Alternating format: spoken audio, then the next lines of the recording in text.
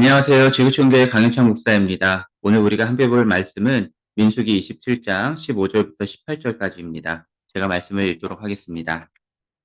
모세가 여호와께 여짜와 이르되 여호와 모든 육체의 생명의 하나님이시여 원하건대 한 사람을 이 회중 위에 세워서 그로 그들 앞에 출입하며 그들을 인도하여 출입하게 하사 여호와의 회중이 목자없는 양과 같이 되지 않게 하소서. 여호와께서 모세에게 이르시되 눈의 아들 여호수아는 그 안에 영이 머무는 자니 너는 데려다가 그에게 안수하고. 자, 오늘 본문은 여호와 하나님께서 모세를 이어 이스라엘을 이끌 지도자를 세우는 내용입니다. 모세는 가나안 땅에 들어갈 수가 없었어요.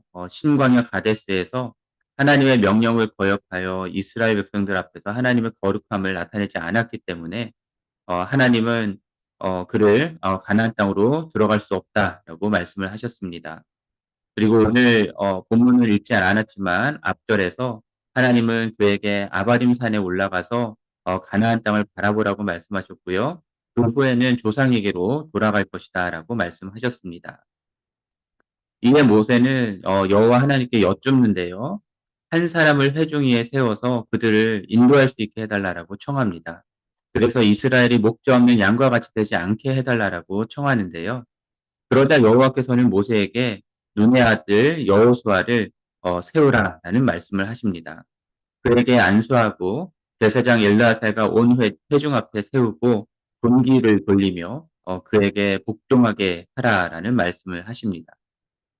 하나님께서 여호수아를 모세를 잇는 다음 후계자로 세우신 지도자로 세우신 이유가 무엇이냐면 모세의 수정자로 늘 모세를 따라다니며 섬겼던 사람이기 때문이 아니라 어 여호와 하나님께서 보시기에 여호수아 안에는 영이 머물러 있었기 때문이었습니다. 그 안에 영이 머문다라고 하는 것을 우리가 두 가지로 해석할 수가 있는데요. 하나는 신명기 34장 9절에서 나오는 것처럼 지혜의 영이 충만하였다라는 그런 말씀에서 일반적인 리더십의 어떤 자질들을 갖추고 있다. 지혜와 어떤 능력들을 갖추고 있다라는 것으로 우리가 이해할 수도 있고요. 또 다른 하나는 하나님의 영이신 성령 하나님이 그 안에 있다라고 우리가 이해할 수 있습니다.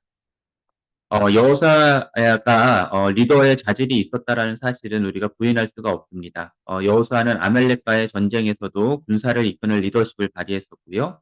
정탐꾼의 역할도 했었고요.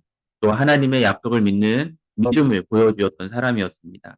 모세의 수종자로서 회막을 떠나지 않았던 그렇게 하나님의 임재를 사모하고 추구했던 사람이었습니다. 그러나 무엇보다도 여호수아는 하나님의 뜻이 무엇인지를 분별하여 아는 사람이었습니다. 지혜의 영이 충만하였다라고 하는 신명기 34장 9절의 말씀에서도 그가 하나님의 뜻이 무엇인지 분별하여 아는 자였다라는 의미에서 그 말씀을 하신 것이었습니다. 그렇기 때문에 가나안 땅을 정복해 나가는 과정에서 그는 하나님의 뜻을 묻고 그에 순종하여 맡겨진 사명들을 이룰 수 있었던 것이죠. 그러한 의미에서 저는 여호수아가 그 안에 영이 머물러 있었다라고 하는 이것을요. 하나님의 영, 성령이 머무는 자였다라고 해석하는 것이 더 좋겠다라는 생각을 해봅니다. 하나님은 그렇게 영이 머무는 자, 성령이 충만한 여호수아를 택하여서 이스라엘의 지도자로 삼습니다. 그리고 그렇게 여호수아를 세우셨다라고 하는 점은 하나님의 일을 위해서 쓰임 받기 위해 우리에게 성령의 충만함이 필요하다라는 것으로 우리가 생각해 볼 수 있을 것 같습니다. 자, 예수를 나의 구원자와 주님으로 영접한 모든 자들 가운데에는 성령 하나님이 거하십니다.